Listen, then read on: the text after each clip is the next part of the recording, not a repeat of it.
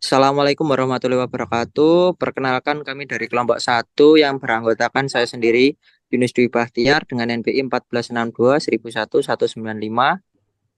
Saya Muhammad Hendra Atmaja dengan NBI 14621000176. Perkenalkan nama saya Kajul Imam dengan NBI 1462 1001 199. Saya Naufal Faras Wahintitov dengan NPI 14621000204. Di sini dari kelompok saya mengambil judul dan tema Apple Life Diseases. Kemudian apa itu definisi permasalahannya? Di sini penyakit daun pada pohon apel seperti apple scrab, cedar dan apple rust dan Alternaria leaf spot dapat mengurangi hasil panen dan menyebabkan kerugian ekonomi besar bagi petani. Penyakit ini meningkatkan biaya produksi karena penggunaan pestisida yang berlebihan yang juga mencemari lingkungan. Identifikasi cepat dan akurat sangat penting untuk pengendalian penyakit yang efektif. Teknologi deep learning khususnya convolutional neural network atau CNN telah terbukti mampu mengidentifikasi penyakit tanaman dari gambar daun secara cepat dan akurat, seperti yang ditunjukkan oleh Ferentinos pada tahun 2018 dan Montai pada tahun 2016. Penggunaan CNN dapat dideteksi penyakit dapat meningkatkan efisiensi produksi dan mengurangi penggunaan bahan kimia berbahaya, mendukung pertanian presisi berbasis data. Kemudian selanjutnya ada identifikasi permasalahan. Permasalahan yang dihadapi oleh perusahaan ialah pertama, keterbatasan pengetahuan. Petani mungkin tidak memiliki pengetahuan yang cukup untuk mengenali berbagai jenis penyakit daun apel. Kemudian ketergantungan pada metode manual. Proses identifikasi manual memakan waktu yang rentan terhadap kesalahan. Keterbatasan sumber daya. Tidak semua petani memiliki akses layanan konsultasi atau laboratorium untuk analisis penyakit tanaman. Kemudian selanjutnya ada variasi gejala. Gejala penyakit yang mirip antara satu penyakit dengan yang lain dapat menyebabkan kebingungan dan misdiagnosis. Kemudian ada tujuan proyek. Tujuan utama dari proyek ini adalah untuk mengembangkan sebuah sistem berbasis deep learning yang mampu mengidentifikasi penyakit pada daun apel dengan cepat dan akurat. Sistem ini diharapkan dapat membantu petani dalam mengatasi beberapa permasalahan utama yang telah diidentifikasi, yaitu keterbatasan pengetahuan dalam mengenali berbagai jenis penyakit daun apel, ketergantungan pada metode identifikasi manual yang memakan waktu dan rentan terhadap kesalahan, keterbatasan akses ke layanan konsultasi atau laboratorium, dan variasi gejala penyakit yang seringkali mirip atau satu penyakit dengan yang lainnya. Selanjutnya yaitu manfaat proyek. Proyek ini memberikan berbagai manfaat signifikan bagi petani apel dan industri pertanian secara keseluruhan. Dengan sistem ini, identifikasi penyakit daun apel berbasis deep learning, petani dapat dengan cepat dan akurat mengidentifikasi penyakit, mengurangi kesalahan diagnostik, dan mengambil tindakan pencegahan lebih awal. Hal ini meningkatkan produktivitas dan efisiensi pertanian serta mengurangi penggunaan pestisida yang berlebihan, mendukung pertanian yang lebih berkelanjutan dan ramah lingkungan. Selain itu, sistem ini berfungsi sebagai alat edukasi, membangun petani, memahami gejala penyakit, dan membuat keputusan yang lebih baik. Dampak ekonominya termasuk pengurangan kerugian akibat penurunan hasil panen, efisiensi biaya operasional. Proyek ini juga mendorong inovasi teknologi di sektor pertanian dan membuka peluang kolaborasi penelitian lebih lanjut. Oke, berikutnya Kemudian, adalah data understanding. Data understanding ada beberapa parameter, yaitu 12 parameter, di mana ada nama dataset, yaitu apple leaf disease-nya sendiri. Terus kategori penyakitnya ada 3, yaitu black root, cedar apple rust, apple scab, dan heavy leaf. Heavy leaf kita tidak akan memasukkannya. Untuk format gambarnya kita menggunakan JPG sama PNG.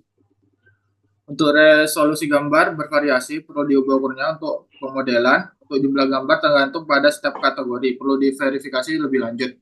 Untuk struktur direktori terpisah untuk setiap kategori penyakit dan daun sehat. Ukuran dataset, total ukuran file dari semua gambar perlu diverifikasi lebih dahulu. Sumber data kita ambil dari Kaggle, distribusi kategori perlu dieksplorasi untuk memastikan distribusi jumlah gambar di setiap kategori. Untuk teknik augmentasi kita pakai rotasi, flipping, zooming, dan perubahan pencahayaan. Untuk normalisasi gambar, nilai pixel diubah ke rentan 0.1 dengan membagi nilai pixel dengan 255. Pembagian data pelatihan, validasi, dan pengujian. Untuk lapisan CNN, kita gunakan lapisan konvolusi, polling, fully connected. Untuk loss function, kita menggunakan categorical cross entropy. Untuk optimizer, kita menggunakan ADAM dan SGD. Untuk metrik evaluasi, kita gunakan akurasi, presisi, recall, F1 score. Untuk implementasi CNN, kita melatih model dengan data yang telah diproses dan mengevaluasi performa pada validasi dan uji. Untuk evaluasi model, kita menggunakan set pengujian untuk mengevaluasi kinerja model akhir. Untuk pertama, kita gunakan asumsi, di mana asumsi kita menggunakan dataset berkualitas, yaitu tersedia dataset gambar daun apel yang mencakup berbagai jenis penyakit dengan atau notasi yang jelas, resolusi gambar yang tinggi, perangkat kelas yang memadai, dan ketersediaan infrastruktur dan tim penelitian kompeten. Untuk kebutuhan, kita gunakan data beragam. Dataset harus mencakup berbagai kondisi lingkungan dan variasi genetik tanaman apel untuk memastikan generalisasi model. Untuk infrastruktur komputer, kita menggunakan perangkat keras seperti server dan GPU, dan perangkat lunak seperti TensorFlow atau PyTorch. Untuk sumber daya manusia, kita gunakan tim penelitian dengan pengetahuan dan keterampilan yang memadai dalam bidang terkait. Untuk proses data yang optimal, kita gunakan teknik augmentasi dan normalisasi gambar untuk meningkatkan kualitas dan pelatihan. Untuk limitasi atau batasan dari machine learning ini adalah keterbatasan dataset. Untuk memperoleh dataset yang cukup semua variasi penyakit dan kondisi daun apel. Untuk generasi model mungkin mengalami kesulitan dalam generasi terhadap kondisi yang sangat berbeda dari dataset pelatihan. Target kinerja, ada kemungkinan bahwa model tidak mencapai target akurasi dan kecepatan yang diharapkan dalam kondisi nyata. Untuk pemahaman batasan, penting untuk memahami batasan ini, merencanakan dan melaksanakan proyek dengan lebih baik.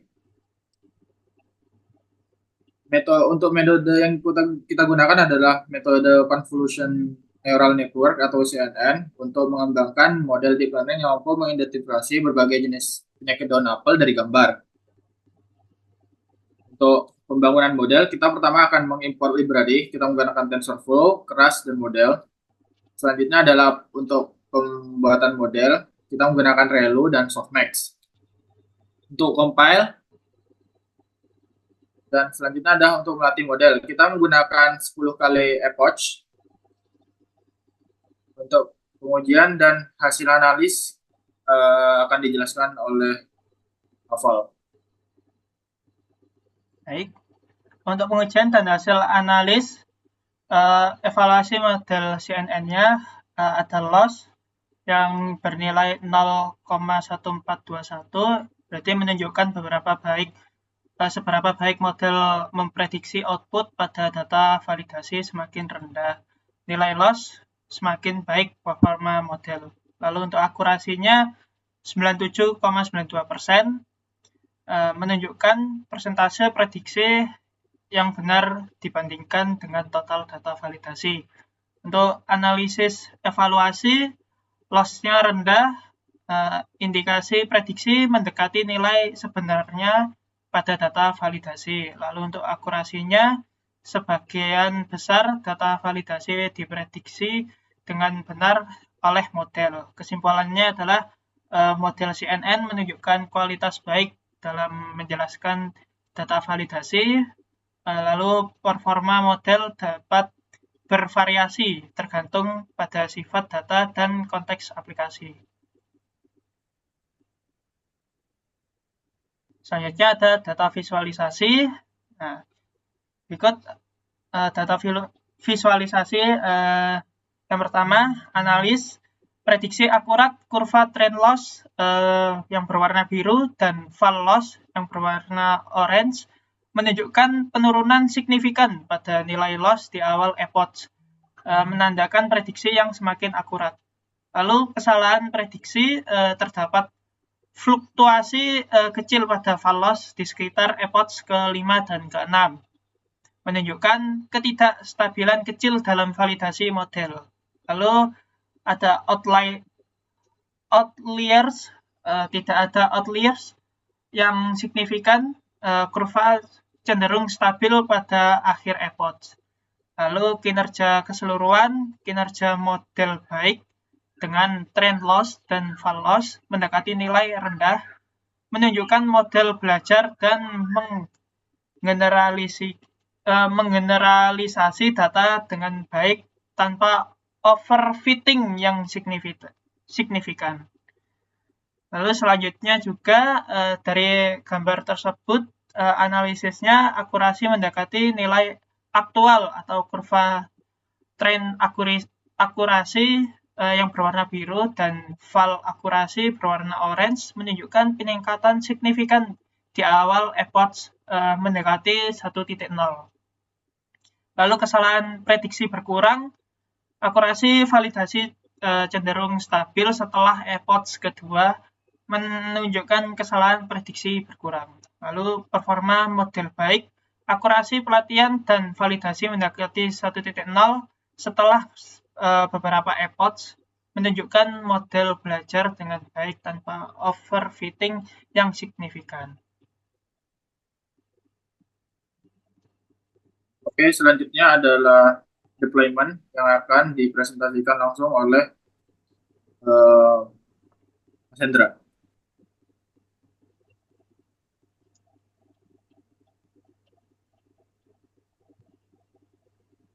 Share screen dong. Oke, Mas, boleh share screen. Oke, saya akan mulai share screen. Untuk yang pertama, saya akan menjelaskan di Google Colab. Di sini kita mount file yang mau kita gunakan. Saya di sini menggunakan Drive. Nah, di sini kita pip install TensorFlow, Pillow, scikit-learn, matplotlib. Lalu di sini ada import OS, NumPy, matplotlib yang kita install tadi, dan di sini ada logika untuk tentang foto, normalisasi foto dan shape foto. Nah, lalu di bawah di sini ada path tempat database kita di Colab yang terletak di sini. Lalu bawahnya ada untuk load dataset, di sini ada split dataset, dan juga training dan juga test set. Di sini ada display untuk training image, lalu di sini ada encode label, dan ini hasilnya ada X-train shape, Y-train shape, X-test shape, Y-test shape, dan ini ada fotonya, kelas 0, kelas 1, kelas 2, dijelaskan di sini. Lalu kita buat lagi untuk nge-build modelnya untuk training. Lalu di sini ada train model dan di sini ada epoch-nya sampai 12. Lalu kita ke bawah lagi, di sini ada load training history yang akan memunculkan kurva. Di sini yang pertama ada trend loss dan val loss, yang biru ada trend loss. Orange val loss, di sini ada kurvanya, dan di sini adalah trend akurasi dan juga file akurasi yang sudah dijelaskan oleh teman saya tadi. Nah, di sini ada evaluate model, lalu di print dan muncul di sini evaluate modelnya. Dan ini untuk file yang kita unggah di sini ada path content, lalu load gambar, konversi gambar menjadi array, terus melakukan prediksi pada model, dan juga gambar hasil dari prediksi.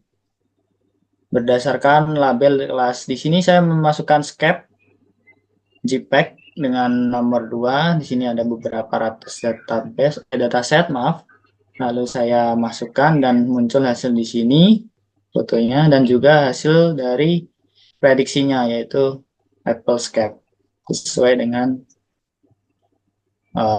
seharusnya. Nah, di sini juga ada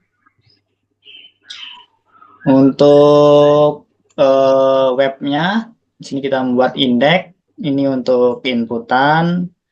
Di sini ada seperti biasa. Di sini untuk jika kita mengirimkan sebuah gambar kosong maka tidak bisa, harus dimasukkan gambar. Lalu di sini ada upload image. Kita di sini mengarah ke actionnya predict dan metode post. Lalu di sini result akan menampilkan. Di sini akan ditampilkan foto dan juga hasil prediksinya. Di sini ada app.py, kita menggunakan Flex di sini. Kita mengimpor beberapa seperti TensorFlow, NumPy, dan CV2 dan OS. Di sini direktori upload, terus di sini ada model yang dilatih, kita ambil dari collab yang di sini. Terus ini nama kelasnya sesuai yang ada di sini. Ini datasetnya juga. Terus ini rootnya. Dan predik ini mengarah di indeks tadi. Ada logikanya. Lalu di sini sudah dijelaskan dengan cukup baik dengan komen. Lalu di sini prediksi menggunakan model dan di sini upload yang tadi untuk mengupload. Lalu di sini sebelumnya di sini saya juga menambahkan VNV. Ini model HVEV ini yang dari collab tadi, data training yang saya download, dan juga update BW untuk merunning program. Kita coba untuk running.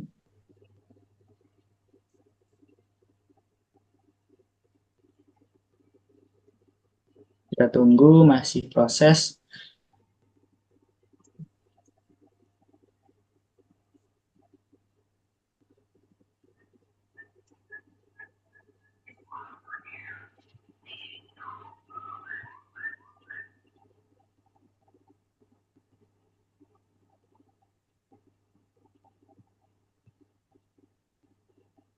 Nah, sudah jalan, dia running di port 5000. Kita langsung buka saja.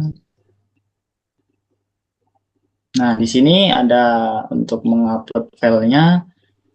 Kita pilih mungkin di sini. Kita upload. Nah, di sini ada muncul Applescape dengan confident 0,9 sekian. Lalu mungkin kita go back, kita coba yang lain. Kita semisal memakai yang ini. Dan kita upload. Dan di sini muncul juga Applescape dengan confident 0,3 sekian. Ya, mungkin sekian dari kelompok kita. Mohon maaf bila ada salah kata atau ucap. Mungkin saya akhiri. Wassalamualaikum warahmatullahi wabarakatuh. Waalaikumsalam warahmatullahi wabarakatuh.